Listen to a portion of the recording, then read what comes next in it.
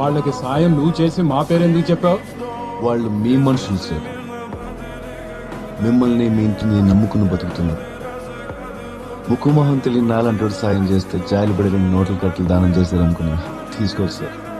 అదే మీరు చేస్తే నమ్ముకున్న వాళ్ళు ప్రేమతో అండగా ఉన్నారనుకుంటారు సార్.